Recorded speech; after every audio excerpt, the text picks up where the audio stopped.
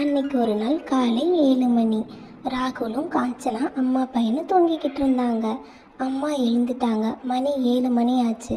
அப்போதான் ஞாபகம் வந்தது, நம்ம பையன் நேற்றே ஸ்விம்மிங் பூல் கேட்டானே, நம்ம செய்வோம் அப்படின்னு சொல்லிட்டு தோட்டத்துக்கு எந்திரிச்சு போனாங்க. நம்ம பையனுக்காக அழகான ஸ்விம்மிங் பூல் செய்யணும்னு சொல்லி தோட்டத்துக்கு கிளம்பிட்டாங்க. மணி 8 மணி ஆனதுனால ராகுல் முழிச்சிட்டான். எழுந்திரிச்சு ஒரே அழுக. அப்போதான் அம்மாவுக்கு ஃபோன் பண்ணான்.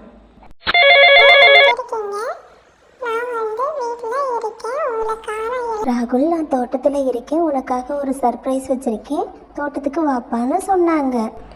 உடனே ராகுல் வேகமாக கிளம்பி போனான். அம்மா நமக்காக சர்ப்ரைஸ் வச்சுருக்காங்க, என்னான்னு போய் பார்க்கலான்னு. போன வழியில் ஒரே கல்லாக இருந்தது.